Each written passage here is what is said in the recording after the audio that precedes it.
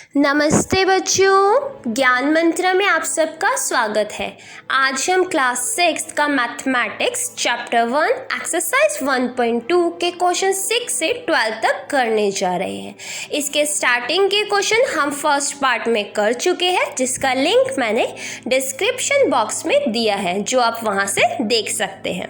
प्रश्न 6, एक मशीन औसतन एक दिन में 2825 पेज बनाती है। जनवरी 2006 में मशीन ने कितने पेज बनाए? अब इन्होंने एक दिन में मशीन कितने पेज बनाती है औसतन वो हमें बता दिए। अब हमें बताना है जनवरी 2006 में मशीन ने कितने पेज बनाए। अब बच्चों क्वेश्चन को ध्यान से देखो। वैसे तो ये क्वेश्चन बहुत आसान है, लेकिन इन्होंने यहाँ पे जनवरी 2006 का प्रयोग कर दिया ताकि बच्चे कंफ्यूज हो जाएं। अब इसको देख के कंफ्यूज मत होना बच्चा, साल कोई भी हो, चाहे 2006 हो चाहे 2020 हो, जनवरी में हमेशा कितने दिन होते हैं? 31। वो कभी भी चेंज नहीं होते। जनवरी में 31 डेज हमेशा ही होते हैं और वो हमेशा ही रहेंगे। तो इस सिंपल से क्वेश्चन को उन्होंने बच्चों को थोड़ा सा कंफ्यूज करने के लिए बस ये जनवरी 2006 का प्रयोग किया है। तो अब क्वेश्चन शुरू करते हैं।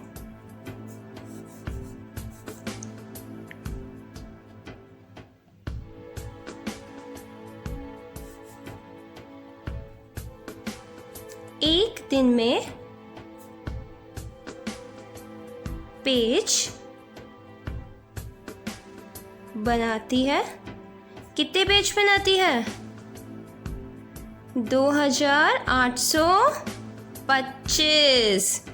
ठीक है, 2825। ओके। जनवरी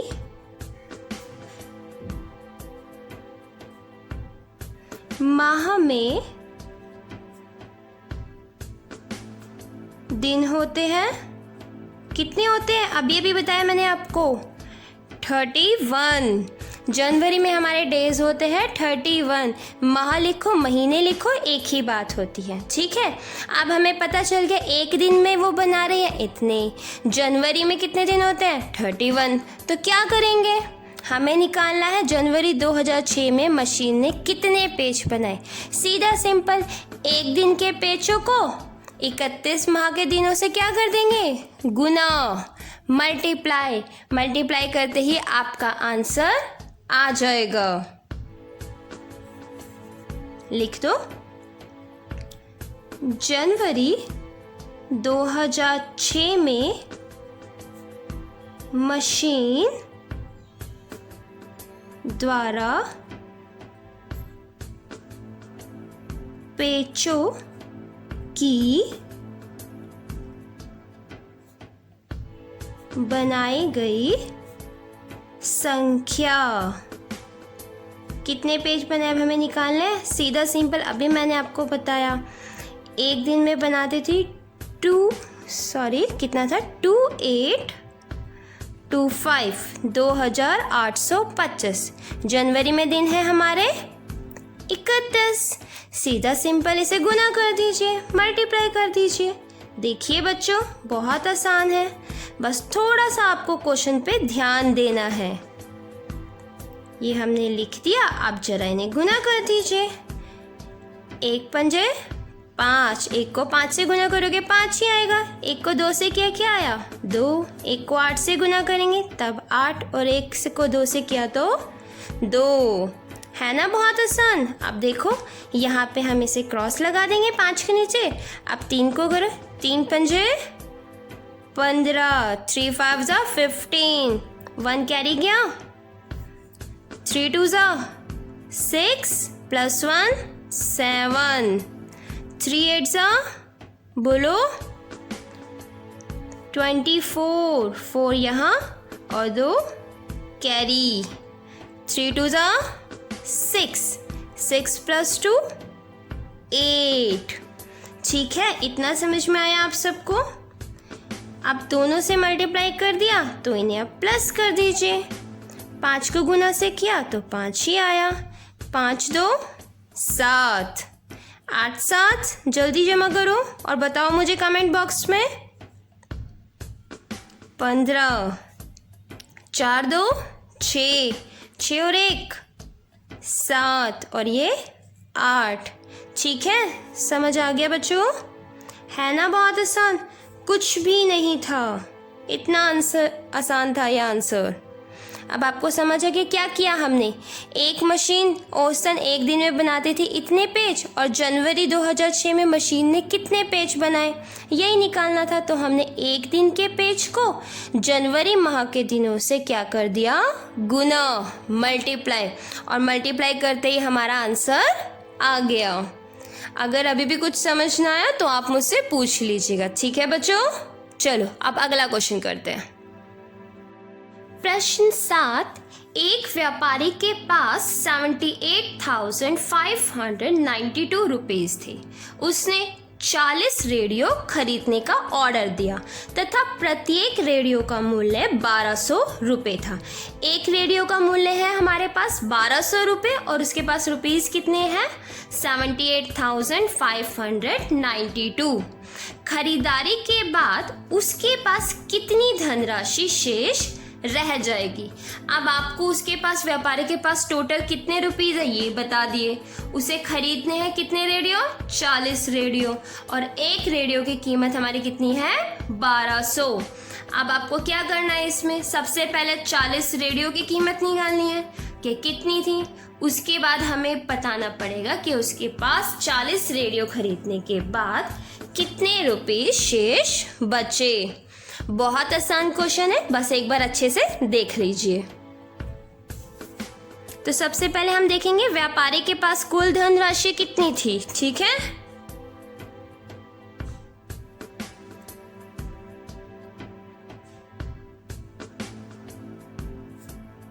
व्यापारी के पास कुल धनराशि, व्यापारी के पास कुल धनराशि ये है 78,592 रुपीस। ठीक है, ये उसके पास कुल धनराशि है। अब एक रेडियो की कीमत कितनी है देख लीजिए। एक रेडियो की कीमत, एक रेडियो की कीमत है हमारे पास 1200 रुपये, 1200 रुपीस। अब निकालना है आपको कितने रेडियो की, 40 रेडियो की। तो सीधा सिंपल लिख दीजिए 40 रेडियो की कीमत। क्या करेंगे 40 रेडियो की कीमत निकालने के लिए, 1200 मल्टीप्लाई 40, 1200 को 40 से क्या कर देंगे, गुना, मल्टीप्लाई, 1200 हमारे रुपीस में है, ध्यान रखिएगा। तो अभी से कर दीजिए गुना, 1200 मल्टीप्लाई 40। जीरो को जीरो से गुना किया, जीरो आया, फिर जीरो को जीरो से किया, जीरो आया। जीरो को 2 से करोगे तब भी जीरो, जीरो को 1 से करेंगे तो जीरो। आप सबको ही पता है कि जीरो का कोई टेबल नहीं होता। जीरो को आप जिस भी संख्या से मल्टीप्लाई करते हो, गुना करते हो, तो आपका आंसर हमेशा आता है जीरो। ठीक है बच्चों, अब पहले वाली संख्या के नीचे हमने मल्टीप्लाई का निशान लगा दिया। अब 4 से करेंगे, 4 को 0 से किया, क्या आया, जीरो। यहाँ पे भी 4 को 0 से किया तो जीरो, फिर 2 से किया तो 4 2 जा 8 एंड 4 1 जा 4। सिंपल, कोई प्रॉब्लम तो नहीं है बच्चा। अब इसे प्लस कर दीजिए, 0 0 0 0, यहाँ पे भी 0, 8 को 0 से जमा किया तो 8। देखो बच्चों, ये मल्टीप्लाई नहीं है। मल्टीप्लाई में ऐसा होता है कि 0 को जिस भी संख्या से मल्टीप्लाई करते हैं 0 आते हैं, लेकिन प्लस में अगर 0 के साथ कोई संख्या प्लस होती है तो वो संख्या लिखी जाएगी। जैसे यहाँ 0 + 8 को 8 लिखा गया है। इस चीज़ में कंफ्यूज मत होना, ठीक है बच्चों। यहाँ 4 के ऊपर कुछ भी नहीं था तो 4 का 4 आ गया हमारा। ये है हमारी किसकी, 40 रेडियो की कीमत यहाँ पे भी लिख दीजिए 48,000 रुपीज़, 48,000। अब हमें क्या निकालना है? व्यापारी के पास 40 रेडियो खरीदने के बाद बची शेष राशि, है ना। चलो अब ये निकालते हैं। व्यापारी के पास 40 रेडियो खरीदने के बाद बची शेष राशि। अब इसके लिए क्या करेंगे? उसके पास जितने रुपीस टोटल थे उसमें से जितने का सामान आया उसे हम कर देंगे माइनस, घटा देंगे। ठीक है, कोई दिक्कत तो नहीं आ रही बच्चों? समझ आ रहा है ना मैं आपको क्या बता रही हूँ? अगर अभी भी कुछ समझ ना आए तो आप मुझसे पूछ सकते हैं। आप कमेंट बॉक्स में अपना क्वेश्चन लिख दीजिएगा, मैं आपके क्वेश्चन को सॉल्व कर दूंगी। ठीक है बच्चों, तो ये हमें करना है माइनस। चलो माइनस भी कर लेते हैं। दोनों संख्याओं को लिख लो, थोड़ा खुला खुला लिखा करो ताकि आपको घटाने में कभी भी कोई दिक्कत ना आए। ठीक है, समझ आ रहा है बच्चों में क्या क्या आपको समझा रही हूँ? ठीक है, 2 में से 0 गया 2, 9 में से 0 गया 9, क्योंकि 0 तो कुछ होता ही नहीं है ना। 5 में से 0 गया 0, 8 में से 8 गया, सॉरी 5 में से 0 गया 5 आएगा बच्चा, वो मैंने गलती से बोल दिया था। 8 में से 8 गया 0 एंड 7 में से 4 गया 3। ठीक है, समझ आया? बहुत आसान है ना, मैंने तो बोला ही था, कुछ भी मुश्किल नहीं है। यहाँ पे आप लिख दो आंसर को 30,592 रुपीज़। ओके, अभी भी कुछ समझ नहीं आया तो आप मुझसे पूछ लीजिएगा, आप मुझसे कमेंट बॉक्स में जब चाहे सवाल पूछ सकते हैं। ठीक है बच्चों, वो मैं आपको नेक्स्ट वीडियो में सॉल्व करके बता दूंगी। प्रश्न 8, एक विद्यार्थी ने 7,236 को 7,236 को 56 के स्थान पर 65 से गुना कर दिया। उसका उत्तर सही उत्तर से कितना अधिक था? अभी देखने में बड़ा अटपटा सा क्वेश्चन लग रहा है ना कि जैसे बहुत बड़ा होगा। बच्चा ये बहुत आसान है, अब आप सीखोगे ना आपको पता चल जाएगा। और ये एक ऐसा क्वेश्चन है कि आगे चल के जब आप बड़े हो जाओगे, आफ्टर 12th कंपटीशन का कोई टेस्ट दोगे तो उसमें भी ये क्वेश्चन आते हैं, इसी टाइप के क्वेश्चन आते हैं। तो ये तो बहुत इंपॉर्टेंट है, इसे सीख लो, ये लाइफ टाइम के लिए इंपॉर्टेंट क्वेश्चन है। चलो देखें क्या करना है हमें। तो यहाँ पे क्या था, उसने 56 के स्थान पर 65 से गुना कर दिया, डिजिट आगे पीछे कर दिया, है ना। उसके उत्तर में और सही उत्तर में अंतर कितना है हमें ये निकालना है।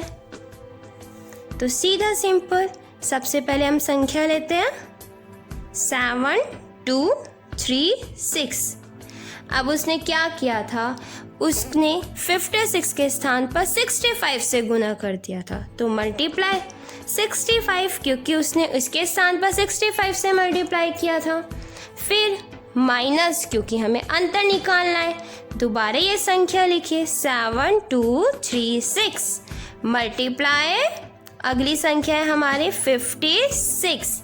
देखो उन्होंने क्या कहा था, विद्यार्थी ने 7,236 को 56 के स्थान पर 65 से गुना कर दिया था। अब उसने 65 से गुना किया ना, करना था उसे इससे, लेकिन उसने कर दिया इससे। तो हमने क्या किया, पहले से 65 से गुना कर रहे हैं, फिर माइनस में 56 से गुना कर रहे हैं, तभी तो इनका अंतर पता चलेगा। चलो अब आप देखिए, इसमें ये नंबर दोनों में सेम है, तो हम क्या कर सकते हैं, सेम को बाहर रख सकते हैं, कॉमन ले सकते हैं ना। चलो वो ले लेते हैं, 7,236 हमने कॉमन ले लिया, ब्रैकेट 65 माइनस 56। अगर आप ऊपर की तरह करते कि पहले 65 से गुना करते फिर 56 से गुना करते तो ये क्वेश्चन बहुत लंबा हो जाता। तो हमने क्या किया, इसलिए हमने इसे कॉमन ले लिया ताकि ये क्वेश्चन थोड़ा सा छोटा हो जाए। और एग्ज़ाम में जब मैथ्स का पेपर आप सबको पता है बहुत लेंथी होता है, तो इसमें ज़रूरी है कि आप जल्दी से जल्दी अपने क्वेश्चन सॉल्व कर सको। तो आप इस तरीके से आसानी से कर सकते हो। चलो देखो हमने क्या किया, 7 2 3 6, ये तो मल्टीप्लाई ही था। 65 में से 56 गए, कितने बचे, 9। अब इसको किससे मल्टीप्लाई करना है, 9 से। 9 से मल्टीप्लाई साइड में करके देख लेते हैं हम, हमारा आंसर क्या आएगा पता चल जाएगा। 7 2 3 6 मल्टीप्लाई 9, 9 6 बताओ बच्चों, 54, 4 नीचे और 5 कैरी। 9 3 27, 27 में 5 जमा करो, 32, 2 यहाँ लिखा और 3 आया हमारा कैरी, है ना। 9 2 9 दूनी 18, 18 जमा 3 21, 2 हासिल। 9 7 9 सत्ते बताओ भाई, 63, 63 में 2 जमा करेंगे क्या होगा, 64 और 65, 65। तो ये आ गया आपका आंसर, है ना आसान। 65 1 2 4, 65,124 आ गया हमारा आंसर। मुश्किल तो नहीं था। इस तरीके से मुझे पता है आप सब बहुत आसानी से कर लोगे और एग्जाम में पूरे नंबर लाओगे। तो नेक्स्ट क्वेश्चन देखते हैं। प्रश्न 9, एक कमीज सीने के लिए 2 मीटर 15 सेंटीमीटर कपड़े की आवश्यकता है। 40 मीटर कपड़े में से कितनी कमीजें सी जा सकती है और कितना कपड़ा शेष बचेगा। तो यहाँ पे क्वेश्चन में आपको बताया कि एक कपड़े को सीने के लिए हमें चाहिए 2 मीटर 15 सेंटीमीटर कपड़ा और हमारे पास टोटल कपड़ा है 40 metre.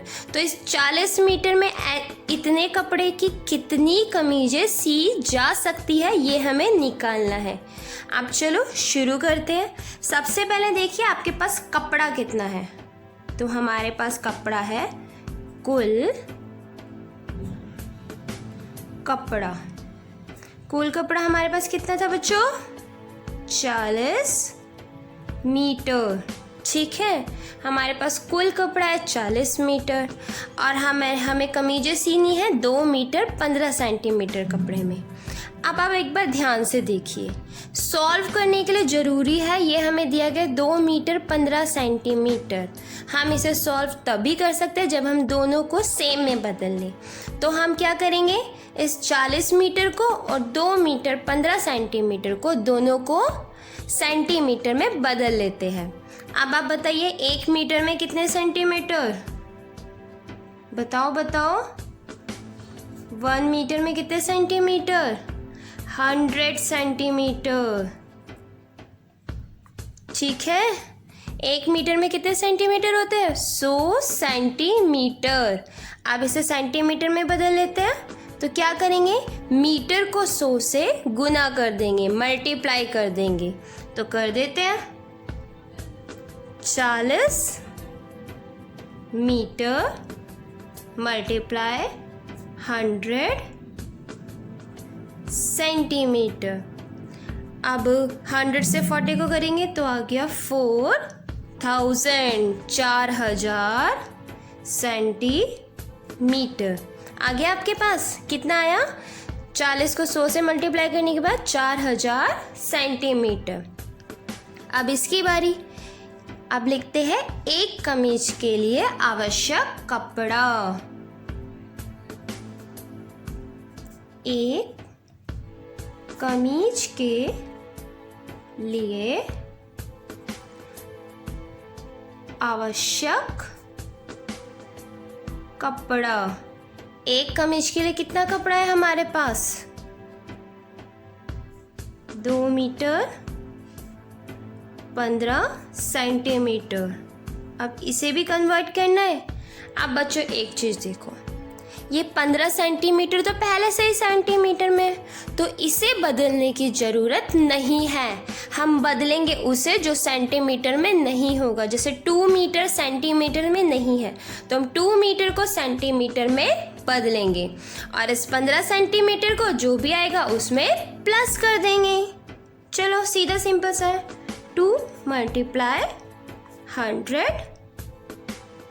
Centimetre plus 15 centimetre. 2 multiply 100 कितना आया? 200 सेंटीमीटर। और ये 15 सेंटीमीटर तो वैसा का वैसा आ गया। अब इन दोनों को प्लस कर दीजिए। प्लस करते ही हमारा आ जाता है 215 सेंटीमीटर। ये प्लस करना तो आपको आता होगा। 0 5 5 0 1 1 और 2 का 2। सीधा सिंपल प्लस है, बहुत आसान है, आप आसानी से कर सकते हैं। अब क्वेश्चन को आगे सॉल्व करते हैं। अब क्वेश्चन में दिया गया है कि 40 मीटर कपड़े में से कितनी कमीजें सी जा सकती है। अब इसमें कितनी कमीजें सी जा सकती है और कितना कपड़ा शेष बच जाएगा, अब हमें ये निकालना है। चलो शुरू करते हैं। अब करेंगे, निकालेंगे हम कुल कपड़े में से सी गई कमीजों की संख्या। अब कुल कपड़े में से सी गई कमीजों की संख्या निकालनी है, तो हम क्या करेंगे, हमारा कुल कपड़ा कितना आ चुका है? 4000 सेंटीमीटर। तो 4000 डिवाइड, अब डिवाइड करना है हमें, भाग करना है किससे? ये हमारा एक कमीज का कपड़ा है उससे। एक कमीज के कपड़े से भाग करेंगे। चलो करते हैं। अब इसे देखिए, घबराना मत, बहुत आसान है, कुछ टफ नहीं है इसमें। ओके सॉरी, अंदर 4000 आएगा, अंदर लिखेंगे 4000 और बाहर 215। आगे वाली संख्या हमेशा अंदर आती है और पीछे वाली बाहर। अब शुरू करते हैं। सबसे पहले 3 संख्याओं का है तो हमें 3 संख्याएं लेनी है। अब 3 400, अगर हम इसको 2 से मल्टीप्लाई करेंगे 215 को तो इससे ज़्यादा आ जाएगा, तो हम 1 से ही ले लेते हैं। 215 है ना, 215 एकम 215। माइनस कर दो, 0 में से 5 नहीं कर सकता तो क्या किया इसने, कैरी लिया इससे और इसने इससे। यहाँ रह गया 3, ये 9 और ये 10। 10 में से 5 गया 5, 9 में से 1 गया 8 एंड 3 में से 2 गया 1। अब ऊपर से उतारा हमने 0, ये हो गया 1850। अब कितनी बार में आएगा, अब ये टेबल आपको देखना पड़ेगा। अब हम क्या करते हैं, जो शुरू का संख्या है ना 2, इसको देख लेते हैं, इससे पास का नंबर जो इससे कम जाए। अब 2 9 18 होता है, 2 9 18 तो आता है, लेकिन 15 को जब मल्टीप्लाई करेंगे तो वो बड़ा चला जाएगा। तो हम क्या देखेंगे, 2 8 16। 8 से करके देखें क्या आता है हमारे पास, साइड में मल्टीप्लाई करके देख लो, या तो सीधा simple 215 multiply 8। 8 5 40, 8 1 8 plus 4 12, 8 2 10, sorry 8 2 16 plus 1 17। अब कर दो इसे, ये हमारा आ गया 17 20। तो 8 पे इससे कम है, कर दो, लिख दो अब इस पे 1720। 0 में से 0 घटा, हमें माइनस ही करना है, आपको पता ही है। 5 में से 2 गया 3, 8 में से 7 गया 1 और 1 में से 1 गया 0। तो आपका आंसर आ गया। कितनी कमीजें सी जा सकती है, 18 कमीजें। ये हमारा क्या है, कमीजें, और ये शेष कपड़ा। अब आप चाहो तो नीचे लिख भी सकते हो, अतः 18 कमीजें सी जा सकती है। और बचा हुआ कपड़ा कितना होगा? लिखो, बचा हुआ कपड़ा या शेष कपड़ा कितना है हमारा? 130 सेंटीमीटर। अगर इसे मीटर में बदलेंगे तो ये भी लिख सकते हो आप इसे 1 मीटर 30 सेंटीमीटर। तो ये आपका आ गया, क्योंकि आपको पता है 1 मीटर में कितने सेंटीमीटर? 100। तो इसमें से 100 को अलग कर दिया, 1 मीटर हो गया और 30 सेंटीमीटर। ठीक है बच्चों, समझ आ गया? अगर कुछ समझ नहीं आया तो आप मुझसे दोबारा पूछ सकते हैं। अब नेक्स्ट क्वेश्चन करते हैं। प्रश्न 10, दवाइयों को बक्सों में भरा गया है और ऐसे प्रत्येक बक्से का भार 4 किलोग्राम 500 ग्राम है। एक वैन में जो 800 किलोग्राम से अधिक का भार नहीं ले जा सकती, ऐसे कितने बक्से लादे जा सकते हैं? अब यहाँ पे बताया गया है दवाइयों को एक बक्से में भरा जाता है और जिसे वैन के द्वारा भेजा जाता है। एक बक्से का भार है हमारा 4 किलोग्राम 500 ग्राम, 4 kg 500 ग्राम। ठीक है, अब एक वैन सिर्फ 800 किलोग्राम का भार ले जा सकती है, वो इससे अधिक भार नहीं ले जा सकती। तो एक वैन में ऐसे कितने बक्सों को लादा जा सकता है, हमें ये निकालना है। आप शुरू करें बच्चों, चलो शुरू करते हैं। एक वैन भार ले जा सकती है। अब एक वैन कितना भार ले जा सकती है बच्चों? 800 किलोग्राम। अब आप देखिए क्वेश्चन में ये हमें ग्राम में भी दे रखा है। अब इसे सॉल्व करने के लिए हमें इसको भी ग्राम में बदलना पड़ेगा। अच्छा, 1 kg में कितने ग्राम्स होते हैं, जल्दी बताओ। अरे 1 kilogram is equal 1000 gram. 1 kilogram में 1000 ग्राम्स होते हैं। ठीक है, अब समझ में आया? तो क्या करेंगे, 800 को 1000 से मल्टीप्लाई कर देंगे, गुना कर देंगे, आपका ये ग्राम में बदल जाएगा। 800 किलोग्राम मल्टीप्लाई 1000 ग्राम आ जाएगा 800 और पीछे 3 जीरो और लगा दो। क्या बन गया ये? 8 लाख। ठीक है, समझ में आ रहा है बच्चों? नहीं आ रहा तो बता देना। ओके, अब हमारा क्या था, ऐसे प्रत्येक बक्से का भार 4 किलोग्राम 500 ग्राम है।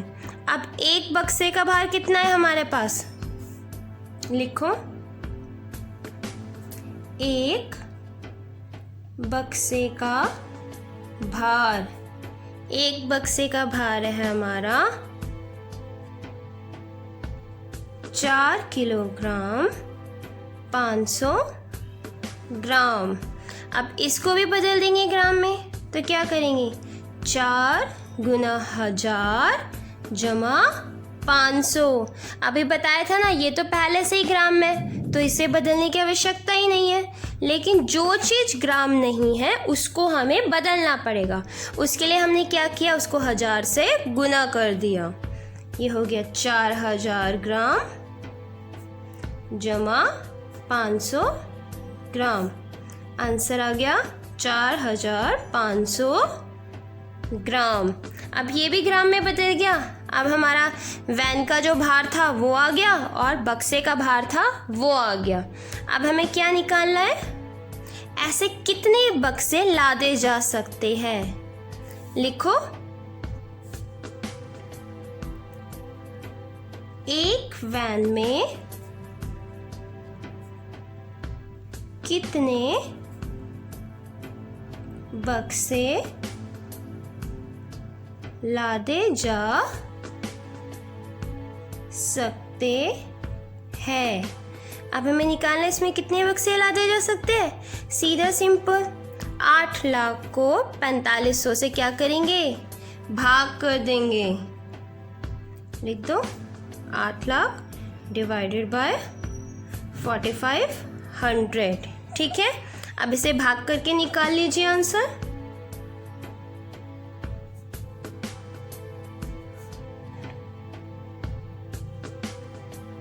ये अंदर लिख दिया और ये बाहर। अब देखो कितने पे जाएगा। 2 पे देखते हैं, नहीं जाता। इसको हमें 1 पे ले जाना पड़ेगा क्योंकि 2 पे जाता ही ये 9 आ जाता है। 2 पंजे 10, सोचो काट 1 9, 9000 आ गया। तो वो तो हम कर नहीं सकते, वो तो 8000 से ज़्यादा हो जाएगा, तो 1 पे ही भेजेंगे। माइनस कर दो, 0 0, 10 में से 5 नहीं कट सकता, हाथ से लेके ये 10 और ये 7, 10 में से 5 गया 5, 7 में से 4 गया 3। अब ऊपर से क्या उतारेंगे, 0, 1 0 उतर के नीचे आ जाएगी। अब देखो ये कितने पे जाएगा, 2 से कम आएगा, 3 से भी नहीं, 4 से भी नहीं, 5 7। अब 7 से करके देखते हैं। 7 से करो, 2 0, 7 पंजे 35, 3 7 चौक 28, 29, 30, 31 आ गया 31। अब इसे इधर क्या करेंगे, माइनस, 0 में से 0 गया, 0 में से 0 गया, 10 में से 5 गया 5, यहाँ रह गया था 4, 4 में से 1 गया 3, फिर आ गया 3500। अब क्या करेंगे, ऊपर से फिर से 1 0 उतर गई, तो फिर 7 पे जाएगा। ठीक है, फिर वही संख्या आ गई। अब माइनस करेंगे तो हमारा सेम ही आ जाएगा। लिख दो सेम का सेम। अब आपका आंसर आया। कितने पैकेट जा सकते हैं वैन में, 177। ये हमारे है क्या, पैकेट। ठीक है बच्चों, क्या है ये हमारे पैकेट। 177 पैकेट एक वैन में लादे जा सकते हैं। ये आपका आ गया आंसर। आप चाहो तो लिख भी सकते हो।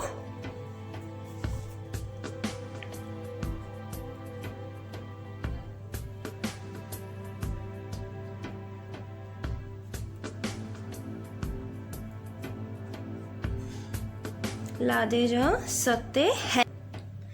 प्रश्न 11, एक स्कूल और किसी विद्यार्थी के घर के बीच की दूरी 1 किलोमीटर 875 मीटर है। 1 किलोमीटर 875 मीटर है। प्रत्येक दिन यह दूरी 2 बार तय की जाती है। अब 2 बार कैसे तय की जाती है, एक बार बच्चा स्कूल जाता है तब, और एक बार जब वो स्कूल से घर आता है तब। 6 दिन में उस विद्यार्थी द्वारा तय की गई कुल दूरी ज्ञात कीजिए।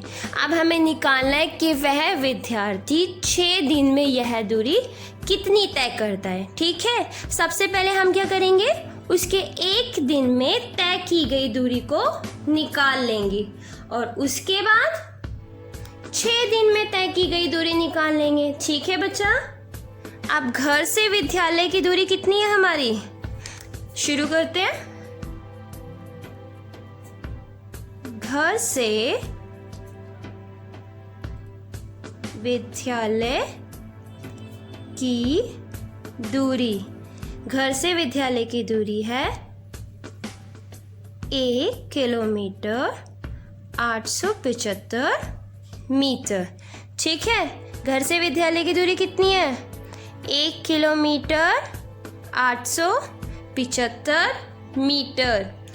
अब यह दूरी 1 दिन में तय की गई दूरी निकाल लो।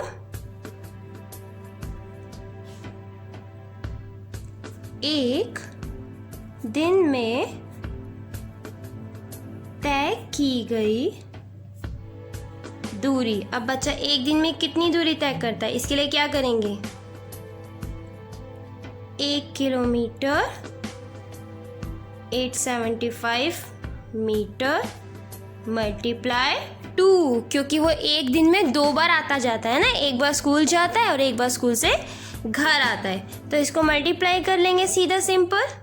अच्छा बच्चों, अब जब आप मल्टीप्लाई करते हो ना तो इसे अलग अलग करके किया करो। देखो, एक साइड लिख लो किलोमीटर और दूसरी साइड मीटर। अब किलोमीटर के नीचे किलोमीटर आ गया और मीटर के नीचे मीटर। अब सीधा सिंपल मल्टीप्लाई। अब इसे करना भी आसान हो जाएगा और आपके लिए किलोमीटर और मीटर कौन सा है ये देखना भी। 2 पंजे 10। अब 2 सत्ते क्या होता है, 14 और 1 15, 2 अठे 16, 1 17। यहाँ पे एक हासिल गया, 2 1 कम 2 1 3। ठीक है, ये आपका आ गया आंसर। ये आपका क्या है, किलोमीटर, और ये आपका मीटर। सीधा सिंपल आ गया। अब एक दिन में तय की गई दूरी हमारे पास आ चुकी है। ये हमारी है एक दिन में तय की गई दूरी, जिसे हम ऐसे भी लिख सकते हैं 1 किलोमीटर, ये मीटर। एक दिन में तय की गई दूरी। अब हमें निकालना है 6 दिनों में तय की गई दूरी। लिख लो 6 दिनों में तय की गई दूरी। अब 6 दिन में उसने कितनी दूरी तय की, ये करने के लिए क्या करेंगे। देखो, जब एक दिन की निकालनी थी तो हमने उसकी क्या की, एक दूरी को 2 से गुना कर दिया। अब 6 दिन की निकालनी है तो हम क्या करेंगे, जो ये वाली दूरी आई है इसको 6 से क्या करेंगे, मल्टीप्लाई। सीधा सिंपल क्वेश्चन। पहले लिख भी लो चाहो तो। 3 किलोमीटर 750 मीटर मल्टीप्लाई 6 कर लेते हैं फिर से। किलोमीटर और ये मीटर अलग अलग इनके बॉक्स बना लिए, गुना में 6। अब 6 से कर दो, 6 0 0, 6 पंजे 30, 3 हाथ से 6 सत्ते 42, 43, 44 और 45। 5 आ गया, 4 यहाँ पे हाथ से, 6 तिया 18, 19 20 21 22। ये आ गया आपका आंसर। ये आपका क्या है, किलोमीटर, और ये है हमारा मीटर। आ गया आंसर। उसने 6 दिन में दूरी कितनी तय की, 22 किलोमीटर 500 मीटर। ये आपका है आंसर। ओके बच्चों, समझ आ गया आप सबको। ठीक है। प्रश्न 12, एक बर्तन में 4 लीटर 500 मिलीलीटर दही है। 25 मिलीलीटर धारिता वाले कितने गिलासों में इसे भरा जा सकता है। अब हमें बताया गया है कि एक बर्तन में 5 लीटर 500 मिलीलीटर दही आ जाती है। ठीक है, इतनी में उसमें दही है। 25 मिलीलीटर धारिता वाले गिलास। अब एक गिलास की धारिता बता दी उन्होंने 25 मिलीलीटर। ठीक है, इसे भरा जा सकता है, कितने गिलासों में इसे भरा जाएगा। तो अब निकालें आंसर। चलो बच्चों शुरू करते हैं। सबसे पहले हम लिखेंगे बर्तन की धारिता, क्योंकि हमें क्या करना पड़ेगा, इसे भी लीटर को मिलीलीटर में बदलना पड़ेगा ताकि हम क्वेश्चन सॉल्व कर सके। तो शुरू करते हैं।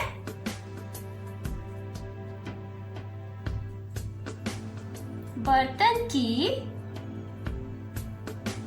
धारिता, बर्तन की धारिता देखो 5 लीटर 500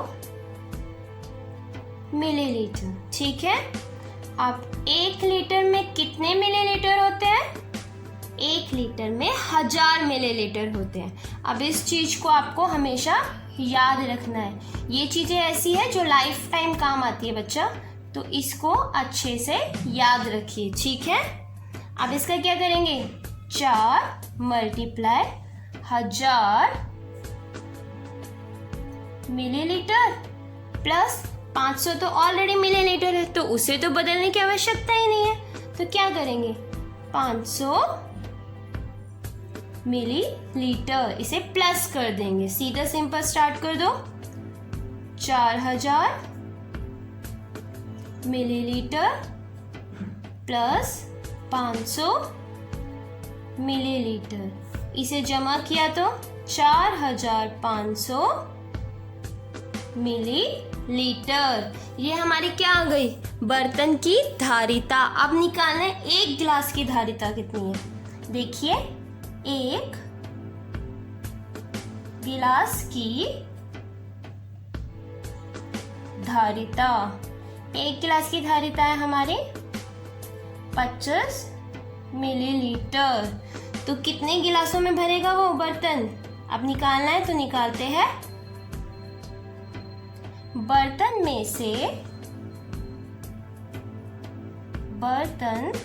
में से दही से भरे हुए गिलासों की संख्या। ठीक है, इक्वल का निशान लगाओ और लिख दो हमारी ये कितना है, बर्तन की धारिता 4500 मिलीलीटर डिवाइडेड बाय एक गिलास की धारिता थी हमारे 25 मिलीलीटर। अब इसे भाग कर दीजिए, 4500 अंदर आ जाएगा और 25 बाहर। आप करते हैं, 25 का पहाड़ आता होगा आपको, 25 दूनी 50, 25 टू 50, वो इससे ज़्यादा हो गया 45 से। तो हमने क्या किया, 25 1 25, 5 में से 5 गया 0 और 4 में से 2 गया 2, ऊपर से उतारा 0। कितनी बार में जाएगा ये, सोचो 25 की टेबल में कितनी बार में आता है 200, 8 टाइम्स में। 25 8 200, 25 8 200, ये कट गया आपस में, ऊपर से उतारा 0, कटा 0, ये भी 0। अब जब ऊपर से उतारने की बात आई तो वहां से भी 0 उतरा। अब इस 0 को, अब ये 0 25 के टेबल में तो आता नहीं है, तो इसके ना जाने की लगाएंगे 0। ठीक है, तो ये हमारा हो गया क्वेश्चन सॉल्व। तो अब ये बर्तन कितने गिलासों में भरा जा सकता है, 180 गिलास में। यहाँ पे आप लिख भी दीजिए। ठीक है, लास्ट में हम लिख देते हैं, अतः 180 गिलास भरे जा सकते हैं। तो इस बर्तन से 180 गिलास आसानी से भरे जा सकते हैं। वह 180 गिलासों के द्वारा बर्तन भी भरा जा सकता है। ठीक है ना। हमें क्या किया था, उन्होंने एक बर्तन की धारिता दे दी थी, इतनी थी, एक गिलास की दे दी। तो इस बर्तन से कितने गिलास भरे जा सकते हैं उसको निकालने के लिए हमने क्या किया, पहले सबको मिलीलीटर में बदला और फिर एक गिलास को बर्तन की धारिता से डिवाइड कर दिया और ये आ गया हमारा आंसर। अब आपको ये क्वेश्चन अच्छे से समझ आ गया होगा। तो ये हमारी एक्सरसाइज यहीं की यहीं खत्म होती है। अगर आपको वीडियो पसंद आई हो तो वीडियो को लाइक जरूर करें और चैनल को सब्सक्राइब करना ना भूलें। Thank you. प्रश्न 12, एक बर्तन में 4 लीटर 500 मिलीलीटर दही है। 25 मिलीलीटर धारिता वाले कितने गिलासों में इसे भरा जा सकता है। अब हमें बताया गया है कि एक बर्तन में 5 लीटर 500 मिलीलीटर दही आ जाती है। ठीक है, इतनी में उसमें दही है। 25 मिलीलीटर धारिता वाले गिलास, अब एक गिलास की धारिता बता दी उन्होंने 25 मिलीलीटर। ठीक है, इसे भरा जा सकता है, कितने गिलासों में इसे भरा जाएगा। तो अब निकालें आंसर। चलो बच्चों शुरू करते हैं। सबसे पहले हम लिखेंगे बर्तन की धारिता, क्योंकि हमें क्या करना पड़ेगा, इसे भी लीटर को मिलीलीटर में बदलना पड़ेगा ताकि हम क्वेश्चन सॉल्व कर सके। तो शुरू करते हैं।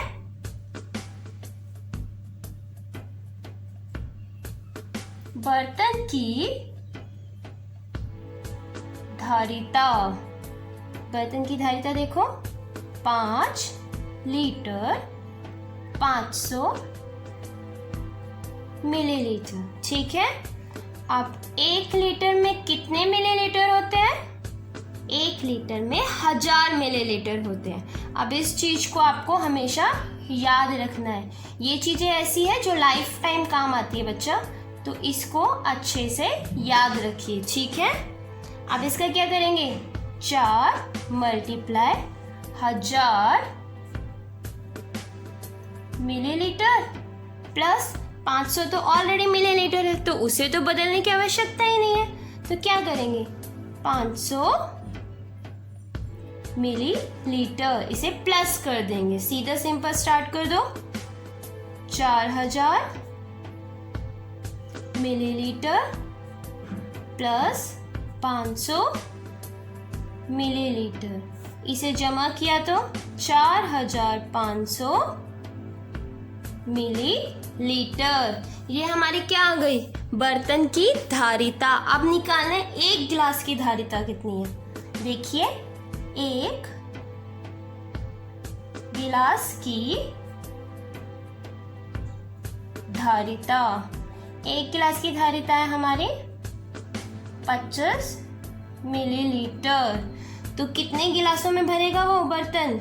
अब निकालना है तो निकालते हैं। बर्तन में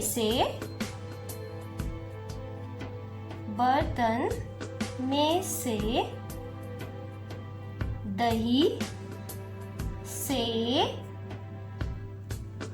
भरे हुए गिलासों की संख्या। ठीक है, इक्वल का निशान लगाओ और लिख दो हमारी ये कितना है बर्तन की धारिता? 4500 मिलीलीटर डिवाइडेड बाय 1 गिलास की धारिता थी हमारी 25 मिलीलीटर। अब इसे भाग कर दीजिए। 4500 अंदर आ जाएगा और 25 बाहर। आप करते हैं, 25 का पहाड़ आता होगा आपको। 25 दूनी 50, 25 टू 50, वो इससे ज्यादा हो गया 45 से। तो हमने क्या किया? 25 1 25, 5 में से 5 गया 0 और 4 में से 2 गया 2, ऊपर से उतारा 0। कितनी बार में जाएगा ये? सोचो, 25 की टेबल में कितनी बार में आता है? 200। 8 टाइम्स में 25 8 200, 25 8 200। ये कट गया आपस में, ऊपर से उतारा 0, कटा 0, ये भी 0। अब जब ऊपर से उतारने की बात आई तो वहां से भी 0 उतरा। अब इस 0 को, अब ये 0 25 के टेबल में तो आता नहीं है, तो इसके ना जाने की लगाएंगे 0। ठीक है, तो ये हमारा हो गया क्वेश्चन सॉल्व। तो अब ये बर्तन कितने गिलासों में भरा जा सकता है? 180 गिलास में। यहाँ पे आप लिख भी दीजिए। ठीक है, लास्ट में हम लिख देते हैं अतः 180 गिलास भरे जा सकते हैं। तो इस बर्तन से 180 गिलास आसानी से भरे जा सकते हैं। वह 180 गिलासों के द्वारा बर्तन भी भरा जा सकता है। ठीक है ना? हमें क्या किया था? उन्होंने एक बर्तन की धारिता दे दी थी, इतनी थी, 1 गिलास की दे दी। तो इस बर्तन से कितने गिलास भरे जा सकते हैं उसको निकालने के लिए हमने क्या किया?